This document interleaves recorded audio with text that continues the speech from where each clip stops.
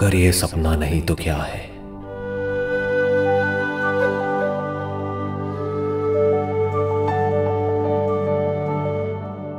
खुद ही मैं खुद को देखता हूं।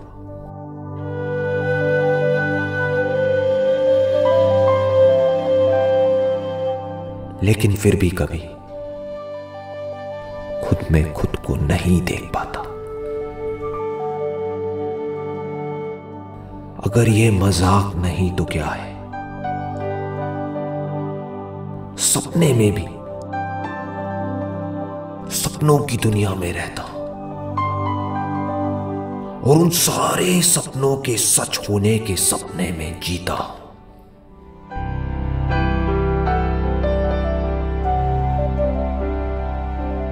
अगर ये सपनों की लहर नहीं तो क्या है?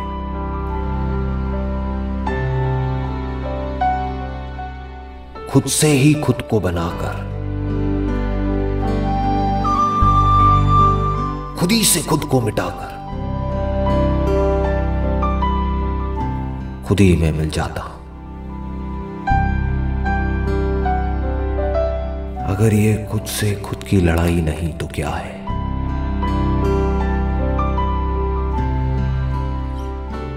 जागना तो चाहता हूं मगर डर है कि अपना सब कुछ खो दूंगा।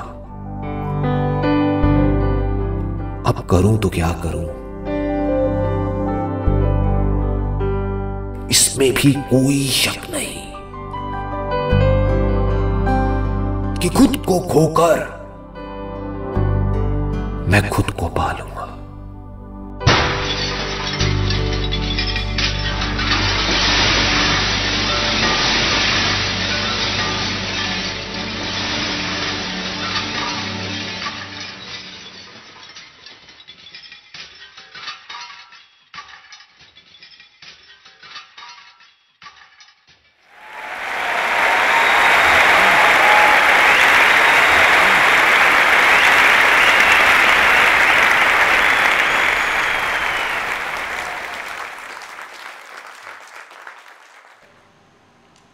कितने लोग हैं यहाँ पर जो पिछले कई सालों से ध्यान कर रहे हैं या इस रास्ते पे चल रहे हैं? बहुत सारे लोग, ऑलमोस्ट सारे। ऐसा कुछ भी नहीं है जो मैं आपको सिखा सकता हूँ या बता सकता हूँ, क्योंकि जब यहाँ पर हम चलते हैं तो हर एक के एक्सपीरियंसेस एक दूसरे से बिल्कुल अलग अलग होते हैं। तो मैं सिर्फ एक काम कर सकता हूँ, या तो मैं आपके जो क्वेश्चंस हैं या जो भी आप मुझसे पूछने वाले हैं उसमें से कुछ सीख सकता हूँ, या फिर अपने एक्सपीरियंसेस आपके साथ में शेयर कर सकता हूँ। और वही आज होगा। मैं अपने एक एक करके अपने जो एक्सपीरियंसेस हैं वो आपके साथ में शेयर करूँगा।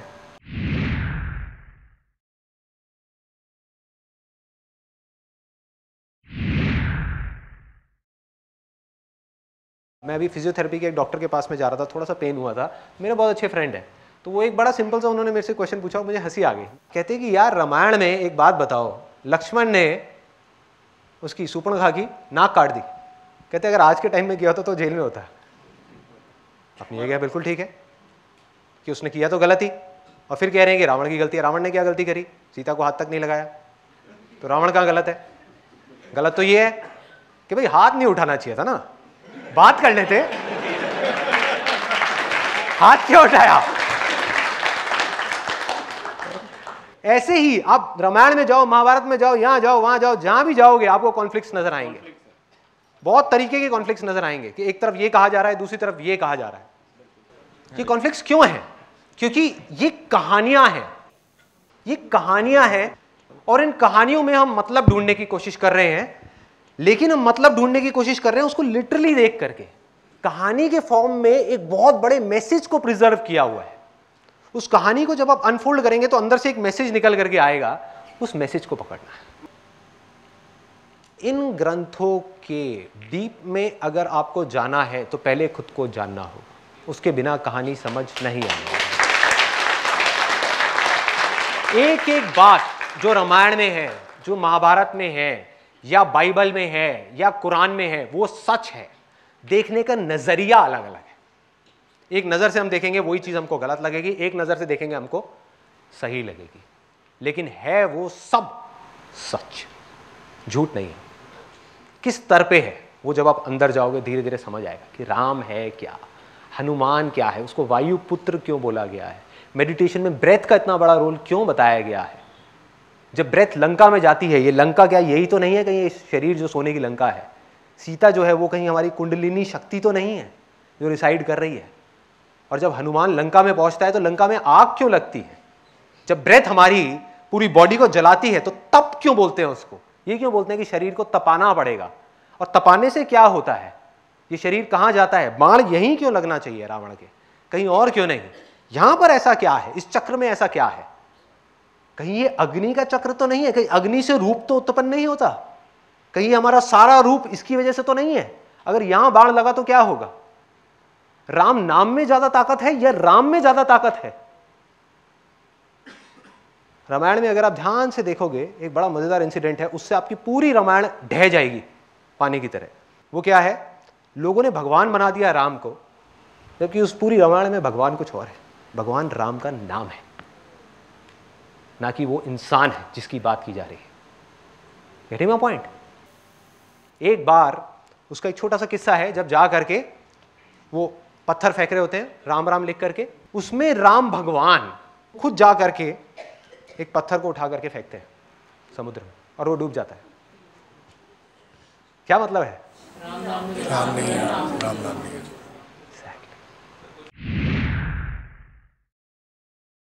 एक गाड़ी जा रही है, वहां पर एक ड्राइवर बैठा हुआ है, एक गाड़ी है, गाड़ी क्या है, आपकी बॉडी है। माइंड जो है वो आपका ड्राइवर है जो उस बॉडी को चला रहा है। आप बैठे हुए हो, आपको झपकी लग गई, नींद आ गई, आप सो गए हो। माइंड क्या कर रहा है, वो जागा हुआ है, वो जहां चाह रहा है वहां लेकर के जा रहा है और बॉडी को इधर उधर ठोक रहा है, ठार धार धार धार धार धार धार। और पीछे बैठे बैठे आप बस झटके खा रहे हो, आप परेशान हो। ये हो रहा है, ये खेल है। तो जैसे ही आप जाग जाओगे क्या होगा, ड्राइवर को पता लग जाएगा कि भाई ये तो जाग गया है, आप थोड़ा तरीके से चलाओ गाड़ी। अब आप अगर उसको कहोगे कि तूने ये करना है तो वो ये करेगा, वो करना है तो वो करेगा। उस गाड़ी को जहाँ लेकर के जाना है वहाँ लेकर के जा सकते हो, जो चाहे वो कर सकते हो। ये तो आप कौन हो, जो पीछे बैठे हो, आप मालिक हो। मालिक नौकर बन गया और नौकर मालिक बन गया। ये जड़ है सारी की सारी प्रॉब्लम।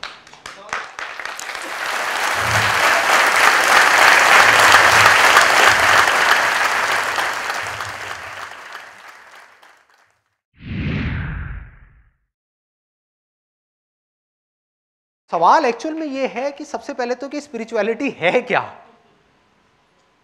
क्या जो आदमी स्पिरिचुअलिटी में है, क्या वो मटेरियलिस्टिक वर्ल्ड से कट गया? हो सकता है हाँ, हो सकता है ना। हो सकता है एक मटेरियलिस्टिक आदमी इस वर्ल्ड में रह करके एक स्पिरिचुअल आदमी जो पहाड़ पे जाकर के चोटी पे बैठा हुआ है उससे लाख गुना ज्यादा स्पिरिचुअल हो। और दूसरी तरफ एक ऐसा आदमी जो अपने आप को स्पिरिचुअल कहता है किसी भी वे में, वो बिल्कुल ही अनस्पिरिचुअल हो, वो बिल्कुल ही मटेरियलिस्टिक हो। तो सारा खेल यहां है। There is no dividing line between spirituality and materialism. ये सिर्फ हमारे मन के वहम है। हम खुद अपनी एक इमेजिनरी एक वर्ल्ड क्रिएट कर रहे हैं और क्रिएट करके अपनी ईगो को बढ़ाने के लिए या तो हम बोल रहे हैं कि हम स्पिरिचुअल हैं या हम बोल रहे हैं कि हम मटेरियलिस्टिक हैं। आप किसी को दिखाने के लिए कर रहे हो या फिर सच में आप कट चुके हो उसमें रहते हुए भी। अच्छा, जैसे कमल खिलता है, कमल का क्या सिंबल है, कीचड़ के अंदर से कमल खिल रहा है। क्या आप उस तरीके से हो? और ये कीचड़ क्या है, कहीं ये दुनिया ही कीचड़ तो नहीं है? और इसमें से खिलना, इससे हल्का सा ऊपर उठना, क्या यही स्पिरिचुअलिटी है? या इसमें रमे रहना और उसको स्पिरिचुअलिटी का नाम देना, मटेरियलिस्टिक चीजों का नाम देना, रिलीजन का नाम देना, भगवान का नाम देना, क्या वो स्पिरिचुअलिटी है? अभ्यास आपका राइट है, आप कर सकते हो, यही करना है। वैराग्य आप नहीं कर सकते, वो होता है अपने आप अभ्यास के थ्रू। कंसंट्रेशन किसी भी चीज पे, किसी भी काम पे, चाहे बाहर चाहे अंदर, आप कर सकते हो। मेडिटेशन आप नहीं कर सकते, मेडिटेशन में जा सकते हो। कोई अगर आपको कहता है ना कि मैं मेडिटेशन कर रहा हूं, इसका मतलब वो कंसंट्रेशन कर रहा है, ध्यान नहीं कर रहा। ध्यान में आप चले जाते हो। जब कुछ करना ना पड़े, अपने आप होने लग जाए, तब आप ध्यान की उसमें हो अवस्था में। सो अब ये वैराग्य होता क्या है? अगर आप किसी चीज को छोड़ने की कोशिश कर रहे हो तो आपको छोड़ने से अटैचमेंट हो गई है, इसको भी छोड़ना है। तो चीजें छूटती कैसे हैं? ये वैराग्य है क्या? अभ्यास करते करते करते करते करते करते करते करते एक ऐसी स्टेट आ जाती है जब आप आगे बढ़ते हो। मटेरियलिस्टिक वर्ल्ड में देखो चीजें कैसे छूटती हैं, ऐसी स्पिरिचुअल वर्ल्ड में छूटती है। आज आपके पास में साइकिल है, बाइक है, स्कूटर है, क्या है आपके पास में? बाइक है। तो अगर आपको कोई आ करके देगा कि भैया मेरी साइकिल ले ले और अपनी बाइक मुझे दे दोगे? नहीं दोगे। गाड़ी देगा तो हाँ फिर तैयार है। चलनी चाहिए गाड़ी। गाड़ी बढ़िया गाड़ी है यार, बढ़िया ब्रांड न्यू गाड़ी, एक्सचेंज हो जाएगी। गाड़ी आपको मिल गई, सपोज सेंट्रो मिल गई, कल को कोई आता है और बड़ी आपको गाड़ी दे देता है, होंडा सिटी दे देता है, कर लोगे एक्सचेंज सेंट्रो से? कर लोगे। तो आपने क्या किया? सेंट्रो को छोड़ दिया और होंडा सिटी को पकड़ लिया। इसी को वैराग्य बोलते हैं। जब भी हमको कोई बड़ी चीज मिल जाती है तो छोटी अपने आप ही छूट जाती है, छोड़नी नहीं पड़ती। जिसके पास में सिर्फ बाइक है उसको आप बोलोगे मेरे को अपनी बाइक दे दे, आप अपनी जान लगा दोगे, अपनी बाइक नहीं दोगे, लड़ पड़ोगे उस आदमी से। 4 लोग भी आ जाएंगे, आप बाइक को नहीं छोड़ोगे, लेट जाओगे वहां सड़क पे, बाइक नहीं छोड़ूंगा, है ना? और गाड़ी मिल गई तो बाइक छूट गई। गाड़ी के बाद में जेट प्लेन मिल गया तो क्या आपको गाड़ी की टेंशन रहेगी? नहीं। फिर आप जेट को नहीं छोड़ोगे। जब जेट से भी बड़ा कुछ मिल गया तो जेट अपने आप छूट जाएगा। ऐसे ही स्पिरिचुअलिटी में समझ आने की बात है ना। Spirituality is nothing but understanding of the truth. जैसे जैसे आपकी समझ बढ़ती चली जाएगी, इसी को कॉन्शियसनेस बोला गया, इसी को नॉलेज बोला गया, अलग अलग नाम से उसको बोला जा रहा है। नॉलेज कहां से आती है? कॉन्शियसनेस के स्तर के बढ़ने से। जितनी आपकी अवेयरनेस, आपकी समझ, आपकी अंडरस्टैंडिंग इस दुनिया की बढ़ती चली जाएगी तो जो छोटी मोटी चीजें हैं वो अपने आप ही छूटती चली जाएंगी, छूट जाएंगी, छोड़नी नहीं पड़ेगी, छोड़ भी नहीं सकते। जब परम आनंद मिल गया तो छोटी छोटी चीजों में आपको कहां आनंद आएगा?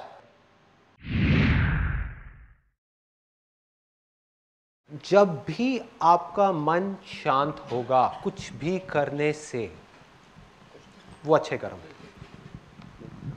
जिससे भी आपका मन अशांत होगा या दूसरों का मन अशांत होगा वो बुरे कर्म है। अगर इसका मैं बेस बताऊं, बेस कि क्या करना है और क्या नहीं करना, जो भी इस कैटेगरी में फॉल होता है वो अच्छे कर्म है, जो इस कैटेगरी से बाहर है वो सब बुरे कर्म है। वो क्या है? सबसे पहला सेल्फ इंक्वायरी, सबसे अच्छा कर्म है। इससे अच्छा दुनिया का कोई कर्म नहीं हो सकता। स्पिरिट ऑफ इंक्वायरी, वो इंक्वायरी की स्पिरिट क्या है कि मैं हूं कौन।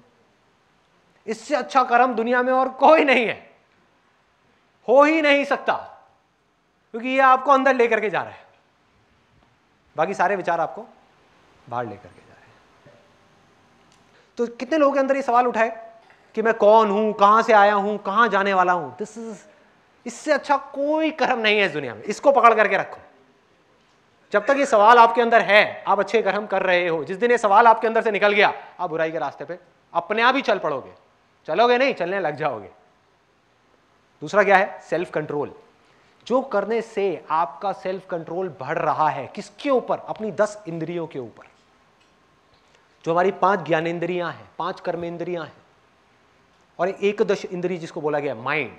अगर सिंपल वे में देखा जाए तो इस 11 के बाहर और कुछ भी नहीं है। सिर्फ इन 11 पे आपको कंट्रोल करना है, वही लोग नहीं कर पा रहे। फॉर एग्जाम्पल, एक आदमी कहता है कि मैंने स्विमिंग सीख ली।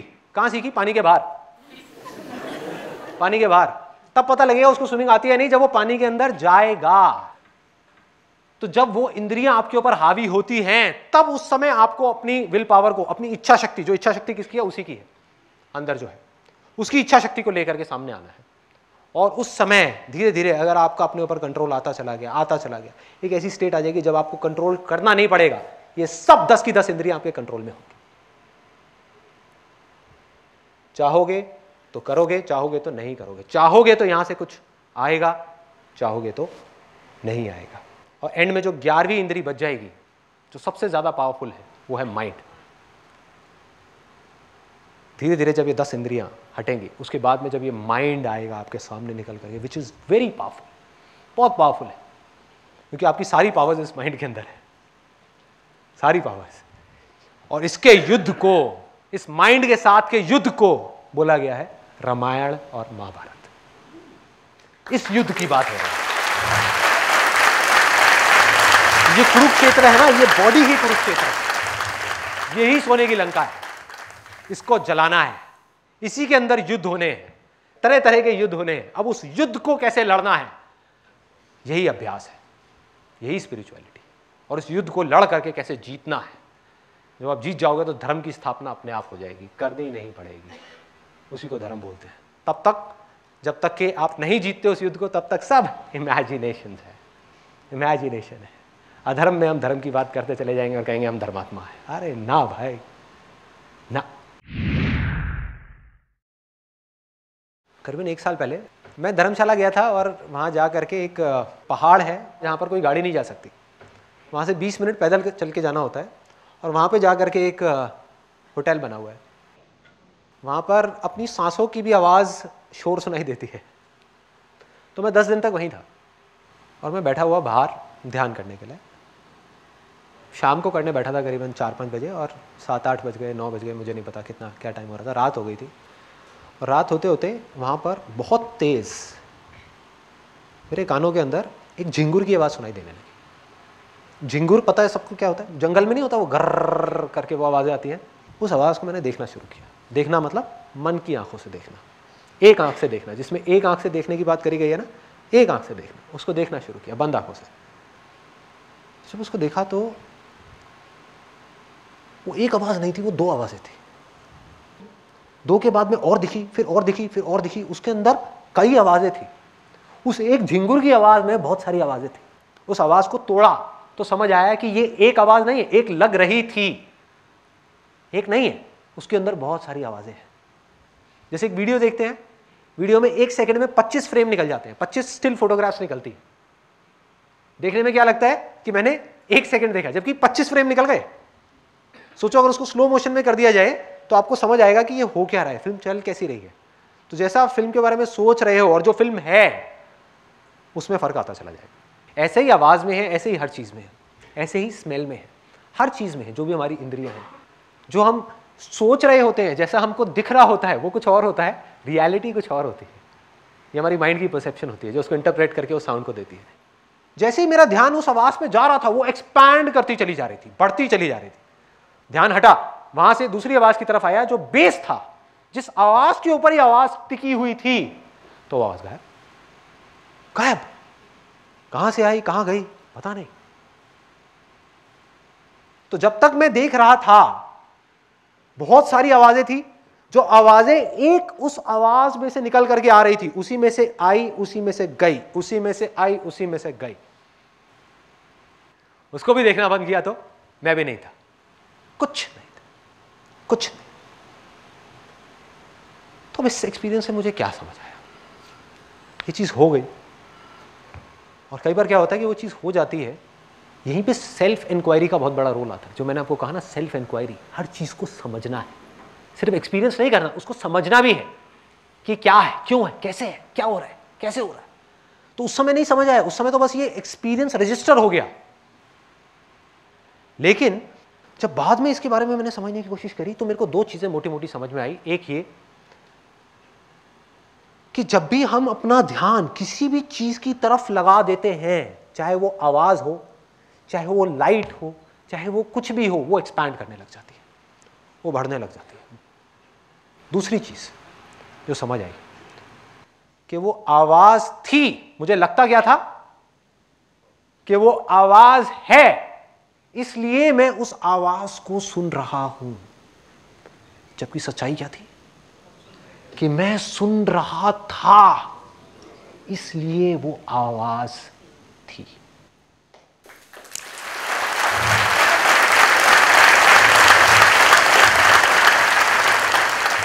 अब इसको आवाज से हटा करके कहीं और डालते हैं। आप हो, इसलिए मैं आपको नहीं देख रहा, मैं देख रहा हूं, इस वजह से आप हो, नहीं तो आप हो ही नहीं। उसमें सिर्फ आप नहीं हो, मैं भी। ये सब एक ही है, अलग नहीं है। आप भी जो देख रहे हो, चाहे अपने आप को देख रहे हो शीशे में, चाहे इनको देख रहे हो, चाहे मुझे देख रहे हो, मैं हूं नहीं। आप देख रहे हो, इस वजह से मैं आपको दिख रहा हूं। जहां आपने देखना बंद किया, मैं हुई नहीं।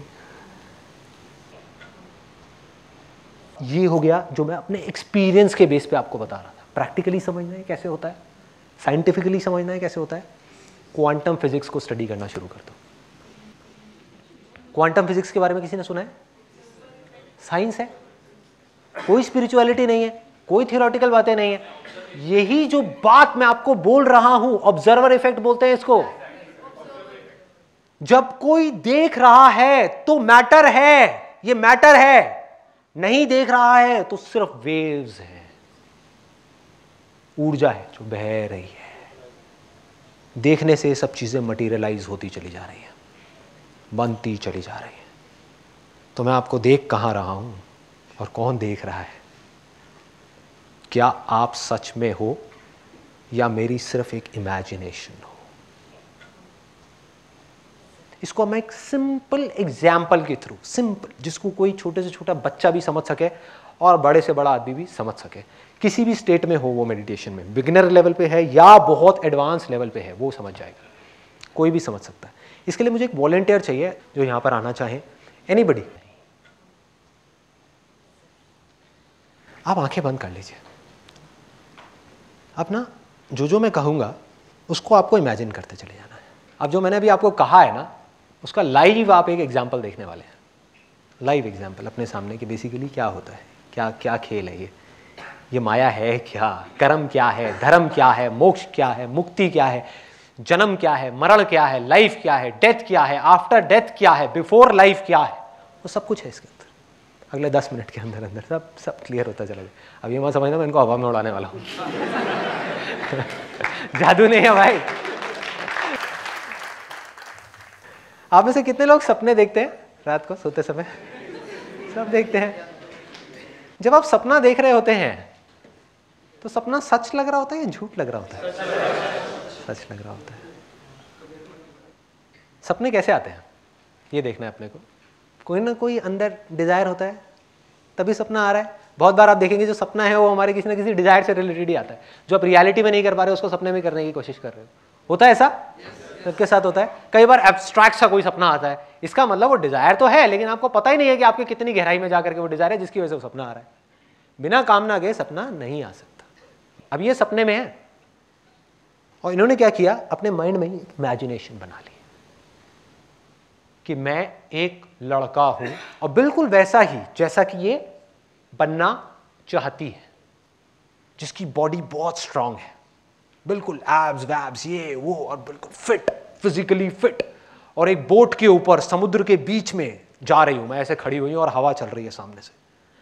इतनी देर में इनकी नजर पड़ी एक मछली के ऊपर। एक मछली, बड़ी सुंदर सी मछली, गोल्डन कलर की, वो मछली जा रही है। जबकि क्या वो इनसे अलग है? वो मछली क्या है? वो भी तो इन्हीं की इमेजिनेशन है। अब इसको ध्यान से समझना, एक एक करके लेयर्स आती चली जाएंगी, लेयर्स खुलती चली जाएंगी। सिंपल है लेकिन बहुत डीप है। अब वहां से क्या हुआ कि जैसे ही मछली को देखा तो मछली को देख करके ख्याल आना जायज है, यार इंसान होने की बजाय, ये लड़का होने की बजाय अगर मैं मछली होता तो समुद्र के नीचे की दुनिया जा करके देखता, बिना कोई मास्क लगाए, बिना कुछ करे। ये भी एक दुनिया है, मजा आ जाता। कामना उठ गई, डिजायर उठ गया। Desire is the root cause of existence. यही कर्म है। जहां डिजायर उठा कर्म हुआ। अब जैसे ये डिजायर उठा, इमीडिएटली उसी मछली के अंदर पेट में ये पहुंच गई।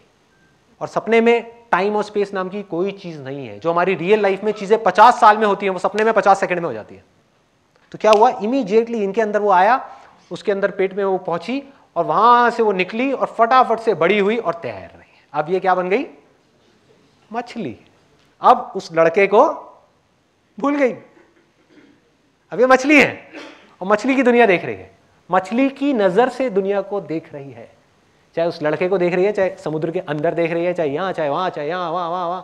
अब इनके अंदर डिजायर उठा। मछली है गोल्डन कलर की, बड़ी सी अच्छी सी सुंदर सी मछली, जा रही है जा रही है जा रही है जा रही है। एकदम से इनकी नजर पड़ी कि यहां पर एक और मछली है जिसके साथ में उसके 2 छोटे छोटे बच्चे हैं।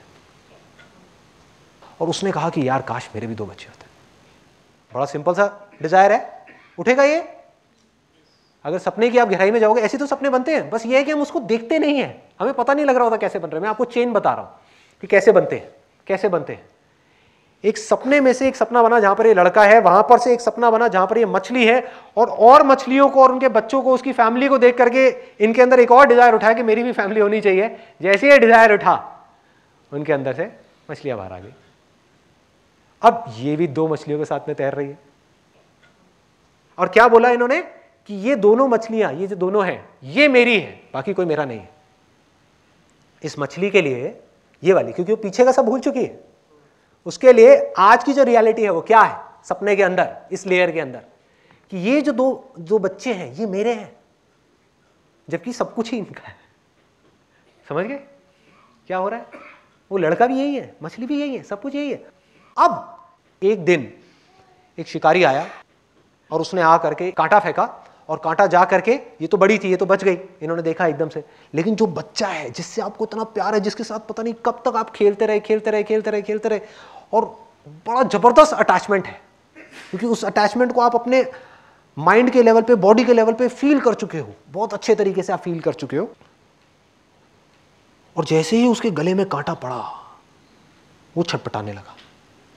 आपका जो बच्चा है, एक बच्चा है, दूसरा वो रोने लगा, जो दूसरी मछली है, और आप उसको देख रहे हो, अपने बच्चे को आप बचाने की कोशिश कर रहे हो, उस कांटे से लड़ रहे हो, अपने आप को उससे जाकर के टकरा रहे हो, लेकिन आप उसको छुड़ा नहीं पा रहे। और धीरे धीरे करते करते वो बेचारी खून ही खून चारों तरफ, और उसको ऊपर से खींच लिया, एक शिकारी ने खींच करके अपने पास में रख लिया। अब भयानक गुस्सा है और बदला लेने की भावना आई अंदर से, आएगी कि कौन है, मैंने किसी का क्या बिगाड़ा था, मैंने किसी का क्या बुरा किया था जो मेरे बच्चे को मार दिया। मैं अच्छी खासी खेल रही थी अपने बच्चे के साथ में, क्या दिक्कत थी? कोई दिक्कत नहीं थी। क्यों आकर के शिकारी ने मारा मेरे बच्चे को, क्यों मारा? और उनके अंदर गुस्सा भर गया, भयानक गुस्सा, बदला लेने की भावना आई कि मैं उस शिकारी को छोड़ूंगी नहीं। ऐसा ही होगा अगर रियल लाइफ में, इमेजिन करो अगर आप में से किसी के बच्चे के ऊपर कोई हाथ डाल दे, आप क्या करोगे? यही तो करोगे ना, गुस्सा आना जायज है। आप कहोगे मैं नहीं छोड़ूंगा, मेरे बच्चे को कैसे मारा इसने, मैं नहीं छोड़ने वाला। यही हुआ इनके साथ में। तो सपनों की एक लेयर में से दूसरी लेयर में से एक और लेयर निकल गई, और हर लेयर अपने आप में कंप्लीट यूनिवर्स है, एक कंप्लीट दुनिया है। और जैसे ही ये कामना उठी, जैसे ही ये डिजायर उठा इनके अंदर, इमीडिएटली ये यहां से हट करके कहां पहुंच गई? एक लेडी थी जो फॉर एग्जांपल प्रेग्नेंट होने वाली थी, तो सीधा उनके कोख में पहुंच गई, उनके अंदर वहां पे गई, जा करके पैदा हुई, पैदा होते ही बड़ी हुई और बड़ी हो गई। वहां पर वो लड़का है, बदला लेने के लिए पैदा हुई। उसने जा करके मारा उस शिकारी को, और वो शिकारी मर गया। और अब हुआ क्या कि वो शिकारी जिसने एक मछली के बच्चे को मारा था, वो कांटा फेंका था, वो कौन था? वही आदमी जो उस नाव पे चल रहा था। समझ आ रहा है? वो पहला, यहां से क्या बनी थी? एक लड़का बनी थी जिसकी बॉडी बहुत स्ट्रांग थी, जो बोट पे जा रहा था। क्या था वो? वही तो शिकारी था, वही तो है वो शिकारी जिसको बूढ़ा होने के बाद में मारा गया है। वो भी यही, और वो भी वही, और वो भी वही, और वो भी वही, और वो भी वही। अब सबसे मजेदार चीज, आप एक बार आंख बंद करिए। ये जो पूरी दुनियाएं क्रिएट हुई है, यहां से यहां, यहां से यहां, यहां से यहां, यहां से यहां, ये सब कहां है? इनके अंदर है ना? इनके अंदर ही तो है। तो अभी यहां पर जो कुछ चल रहा है, मेरा सिंपल सा सवाल यह है कि ये कहां है? आपको ये तो समझ आ गया कि आगे तक की जितनी चेन थी वो सब इनके अंदर ही है, कि पीछे की चेन कहां है? कहां है? जहां पर टाइम और स्पेस नाम की कोई चीज नहीं है। यही सवाल है जो आपको अपने अंदर भरना है, अपने अंदर डालना है। ये आपको एंड तक ले जाएगा, एंड तक ले जाएगा कि अगर मेरे सपनों की दुनिया में मैं यहां से वहां, वहां से वहां, वहां से वहां, वहां से वहां, जहां टाइम भी क्रिएट हो रहा है, स्पेस भी क्रिएट हो रहा है, लोग भी क्रिएट हो रहे हैं, दुनियाएं भी क्रिएट हो रही है, दुनिया के अंदर दुनिया बनती चली जा रही है, सब कुछ होता चला जा रहा है, तो मैं ये कैसे कह सकता हूं कि ये जो हो रहा है ये भी मेरी पीछे कोई इमेजिनेशन नहीं थी? हो सकता है कि जो कुछ मैं कह रहा हूं वो सब बकवास हो सकता है उसमें कुछ सच हो। उसका जवाब सिर्फ और सिर्फ आपको अपने अंदर जाकर के मिलेगा, बाहर से नहीं मिल सकता। I don't believe in the word God, I believe in God, which is nameless. For example, एक आदमी है जो यहां पर पहुंच गया है ना, और अपने आप को शीशे में खड़े होकर के देख रहा है। खड़े आप भी वही हो, देख आप भी रहे हो, फर्क क्या है, उस शीशे पे धूल जमी हुई है। अब उसकी सारी धूल हट गई, अब वो खुद को देख रहा है, खुद के निराकार रूप को देख रहा है, जो बेस है हर चीज का। सब कुछ बदल रहा है लेकिन वो नहीं बदल रहा, वो वहीं का वहीं है, बिल्कुल स्टिल है, और उसी के अंदर सब कुछ हो रहा है। और आप जब उसको देख रहे हो तो कोई उसको देख करके बोल रहा है कि ये परमात्मा है, कोई कह रहा है कि हम इसके बच्चे हैं, बिल्कुल ठीक है, क्यों नहीं है? ये कहना गलत होगा? गलत क्यों है? यहीं से तो आप आए हो ना। उसी रिफ्लेक्शन में जब खुद को देख रहे हो, जब आप खुद के दर्शन कर रहे हो, तो आपको यह लग रहा है कि वो अलग है, क्योंकि आप खुद को कभी नहीं देख सकते। लेकिन जिस प्योरिटी में जाकर के लास्ट स्टेट में आप खुद को देख रहे हो, तो वो आप खुद ही हो। डीपर रियलाइजेशन आपको है, लेकिन आपको लग रहा है कि इसके बियॉन्ड भी कुछ है। तो कोई कह रहा है कि ये भगवान है जो दिख रहा है, जो निराकार है, जो ये है, जो वो है, और वो बिल्कुल ठीक कह रहा है, क्योंकि अब वो डिपेंड करता है किस वे में कह रहा है। वो कह रहा है कि इस बॉडी के लेवल से जब मैं उसको देख रहा हूं, तो एक लहर को अगर देखा जाए तो लहर समुद्र का बच्चा ही हुई ना। तो वो कह रहा है I am the son of God, मैं बच्चा हूं और वो भगवान है, वो सच कह रहा है। कोई कह रहा है भगवान ने दुनिया बनाई है, बिल्कुल सच है, भगवान ही है रहा। लेकिन भगवान ने बनाई है, भगवान में से जो निकला उसने बनाई है, वो भी तो भगवान ही है, वो भी सच है। झूठ किसे कहोगे? कोई कह रहा है अहम ब्रह्मस्मि, अनल हक, आई एम दैट, कि मैं ही वो हूं, वो भी सच है। कहने का तरीका अलग अलग है, कहने का तरीका थोड़ा सा अलग अलग है, सब सच है, झूठ कुछ भी नहीं है। कहने का तरीका अलग अलग है। जो भक्ति में जाकर के डूब करके बोलेगा वो कहेगा परमात्मा है, जो ज्ञान में जाकर के डूब करके बोलेगा, साक्षात देख करके बोलेगा, वो कहेगा अरे तो मैं खुद ही हूं। बातें किसी ने भी गलत नहीं कही, ना जीसस ने, ना इसने, ना उसने, ना उसने, किसी ने गलत नहीं कही, सबने एक ही बात कही है। लोगों ने क्या किया? बातों को छोड़ दिया और अपनी कामनाओं को पूरा करने के लिए भगवान को यूज कर रहे हैं कि भगवान मेरी ये कामना पूरी करो, वो करो, वो करो। जबकि भगवान क्या कह रहा है? कामनाओं को छोड़ो। उसको नहीं समझा, उसमें अपना फायदा नहीं है ना। उसको नहीं समझा कि परम उसमें कैसे जाना है, परम आनंद में कैसे जाना है, उसमें कैसे जाना है, उसमें कैसे जाना है, ना, कुछ नहीं। भक्ति का मतलब नहीं समझा, ज्ञान का मतलब नहीं समझा। भक्ति क्या है? वो आवाज जो ना बन रही है ना मिट रही है, 24 घंटे चल रही है, जिसको अभी मैं सुन रहा हूं, बोलते वक्त भी, चुप होते वक्त भी, सपने में भी, उठे हुए भी, गहरी नींद में भी। इस आवाज का सिमरन करना, इस साउंडलेस साउंड का सिमरन करना, इसको पकड़ना ही अभ्यास है, इसको पकड़ना ही भक्ति है, इसको जानना ही ज्ञान है, और इसकी तरफ बढ़ना ही कर्म है, और कुछ नहीं है। इसके बाहर और कुछ नहीं है। लोग नाम अलग अलग दे रहे हैं, अलग अलग नामों में उलझ गए हैं, और वो ये नहीं समझ पा रहे। अब इस चीज को वो एक्सेप्ट नहीं कर सकते, इस चीज को आपका माइंड एक्सेप्ट नहीं कर सकता, क्योंकि जैसे ही माइंड ने आपके इस बात को पूरी तरीके से एक्सेप्ट कर लिया, तो 2 दिन नहीं लगेंगे, अगले ही सेकंड में आप यहां से निकल करके फुर वहां पहुंच जाओगे। कोई मेडिटेशन की जरूरत नहीं है, कुछ नहीं है। लेकिन वो एक्सेप्ट कैसे करे? उसने एक्सेप्ट कर लिया तो माइंड का ही एग्जिस्टेंस खत्म। तो वो कैसे एक्सेप्ट कर लेगा? वो तो कर ही नहीं सकता। माइंड को कुछ ऐसा दिखाना पड़ेगा जहां पर जा करके माइंड भी अपने घुटने टेक दे, और फिर उसके अंदर से आवाज आए कि ये ही प्रभु है, ये ही भगवान है। मैं क्या करूं भैया, मैं अपने हथियार डाल दिए, अब आगे और कुछ नहीं है। तो माइंड सरेंडर कर देगा, इंद्रियां सरेंडर कर देंगी, आप सरेंडर कर दोगे। जब सरेंडर कर दोगे तो एंड में देखोगे सिर्फ आप ही रह जाओगे।